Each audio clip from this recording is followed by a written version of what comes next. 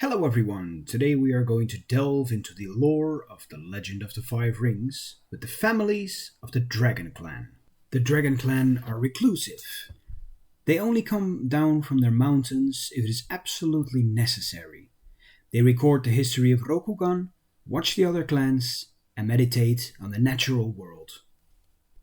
After the kami fell from the heavens, each of them decided to hold a tournament to see who would become the first emperor. Togashi did not partake in this contest, for he foresaw Hantai to be victorious.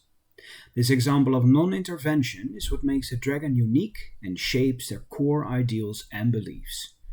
Because of this, Togashi would not have founded the Dragon Clan if it was not for Shinsei, the little teacher. The Togashi family. The mon of the Togashi family is a dragon encircling a plum blossom. This reminds us of Shinsei's famous words, "Neither will I." The Togashi are not really a family, but more of a brotherhood. One day, Shinsei, the little teacher, sat down and talked to Togashi about his isolationism and how this affected the Emerald Empire. "Will you not join your brothers and sisters in the empire they have built for themselves and for you?" "I will not move from my meditations until I understand," Togashi replied. Shinsei smiled and nodded in sympathy. "Neither will I." And so for days Togashi and Shinsei meditated on the natural world and the heavens above. Togashi interrupted his meditations every now and then to gather food, maintaining his home, and traveling the mountains. Yet Shinsei sat still in meditation. After the 8th day, Togashi began to worry. Shinsei has not eaten, has not slept, nor even drank in this time. He did not respond to any offerings of food and drink from Togashi. By the 10th day, Togashi was unable to meditate as he was worried for Shinsei. He sat across from him and started observing him. Finally, a plum blossom fell from the trees above into the lap of Shinsei. Togashi saw this and was enlightened. "Thank you, sensei." He bowed to Shinsei, and the little teacher smiled. The two of them ate the food that Togashi brought, and after that day, Togashi ceased his isolation in the mountains and traveled amongst the people who had studied and protected him. He invited them to join. The Dragon Clan was founded. The kami Togashi did not marry, and according to the rest of Rokugan, did not have any children. There are many samurai and shugenja who climbed the mountain successfully and joined the teachings of Togashi. They would then shave their heads, forsake their birth name, and take up the name of Togashi. Only a handful who sought the teachings of Togashi were deemed worthy. They became known as the Ise Zumi. Because the dragon are rarely seen in other parts of Rokugan, the Ise Zumi are a storyteller's trope to amaze the people of Rokugan. They are said to spit fire, jump further and higher than any man. They are said to take on aspects of the very elements themselves. An Ise Zumi is recognized by his bald head, simple garments, and their elaborate tattoos spread across their skin. They speak in cryptic riddles and often quote the Tao of Shinsei. Some of their sayings include "distant thunder tells of present danger," and "the mountain never learned to step aside." The Mirumoto family.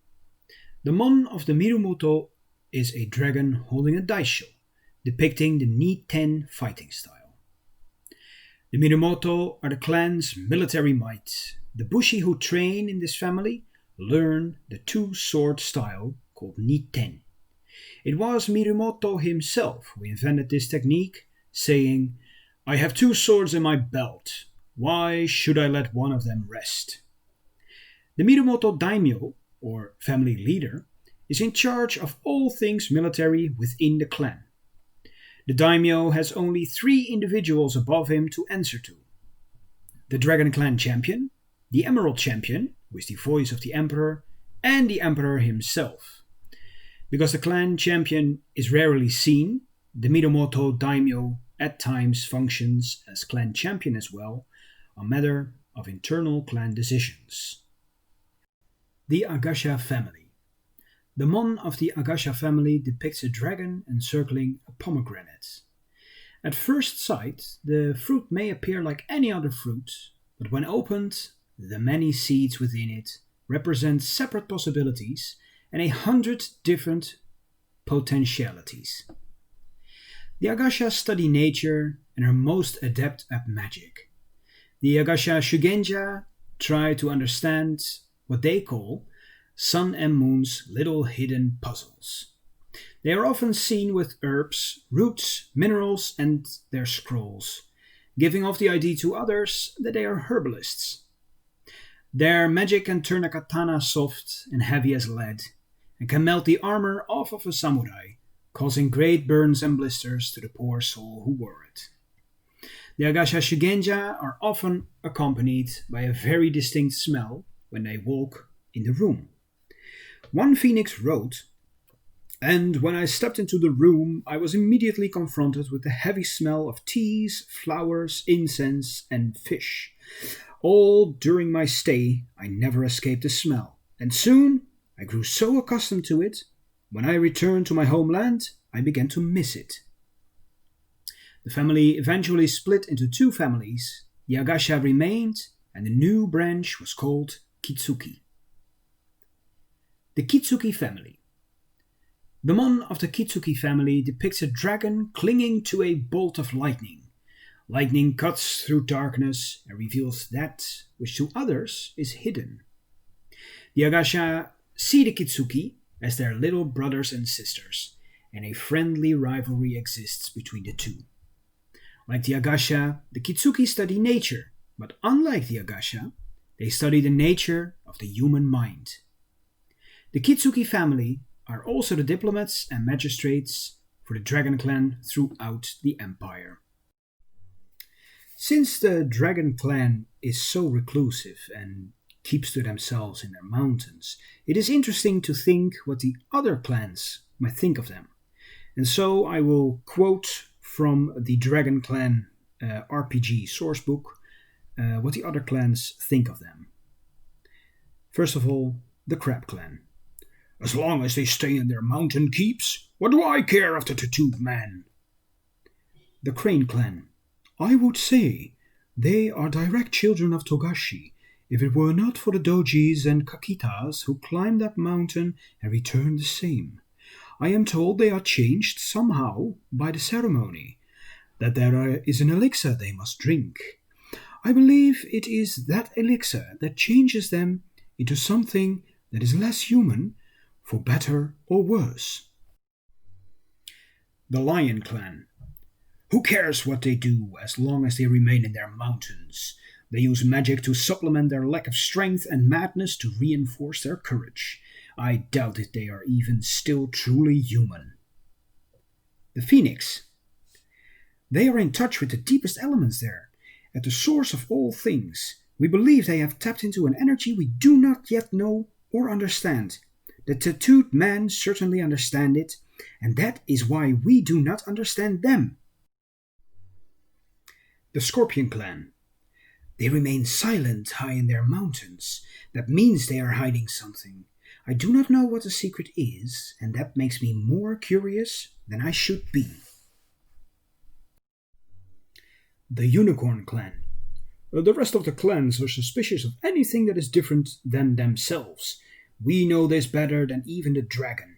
The tattooed men are no different than the tribes we met in the deserts. They use a magic that is different than our own, and unlike the others, we do not fear that which is different." And this concludes the Dragon Clan lore video for Legend of the Five Rings. I will make a video about the Lion Clan next up. And once I have done all the clans, all the great clans, I will go back to some of the things that I've talked about in other videos, like the clan champions, in this case Togashi, and I will make separate videos about them and what they are, who they are, and stuff like that. So if you're missing information here, you'll just have to check back when we get to those videos in time. And this is also a good opportunity to announce that I will mainly use the new lore from Fantasy Flight game. When I started out with the Crab Clan family, the Fantasy Flight lore for Legend of the Five Rings was not yet in place, or at least only 1 or 2 chapters were, and so I could not draw from anything but the old lore. Now things have changed so much, people do not really look back at the old story, so I will presume and head straight into the Fantasy Flight games lore. And that is where I will draw my information from. I will still use the old books to talk about the families and describe them, but I will mainly use events that have happened in the new story. Thank you all for watching. See you guys next time. Bye.